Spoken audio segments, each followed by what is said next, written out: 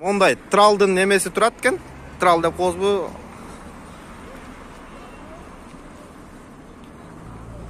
Фурага дополнительный улап тартканга. Бул жердекилер айтат, бул жаздан бери турат дейт. Анан кийин айлөкмөткө зона кылдым. Айлөкмөткө зона кылсам, уа маалыматым бар, ээсин таппай атабыз. Анан бунун тормоздары бөлөкчө экен, тартып чыгарып койгонго дейт.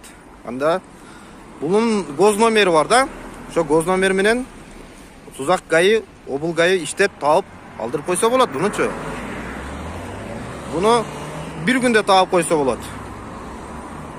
Азыр подробно көрсөтөм. Себеп дегенде, жума күнү бул жерге машина койгонго месте жок. А муну тралдын эмесине ордуна 4 машинаны мындай кылып койсо болот, мисалы. Мына гоз номер турат да. Ошо гоз номер эле таап койсо болот гаич.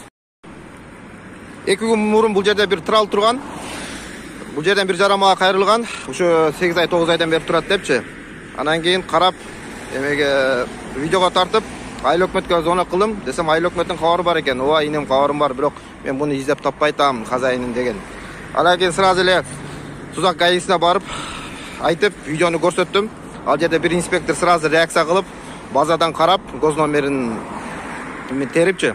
Терип, данын айтпай эле коюн, жана кайсы айылда регистрация болгонун таап, эмеге мобильный телефонда чалса өчүк болот. Буну таап алдырам деп сөз берген. Анан кийин кечкурун 7:30 байланышка чыкты.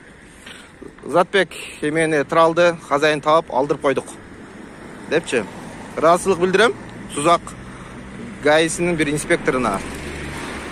Аты фамилиясы Илгиз Өмүрзаков деген инспектор экен, жана айыл өкмөткө. Урматтуу кыргыз элим жана кыргызстандыктар. Бул жер өкмөттүкү.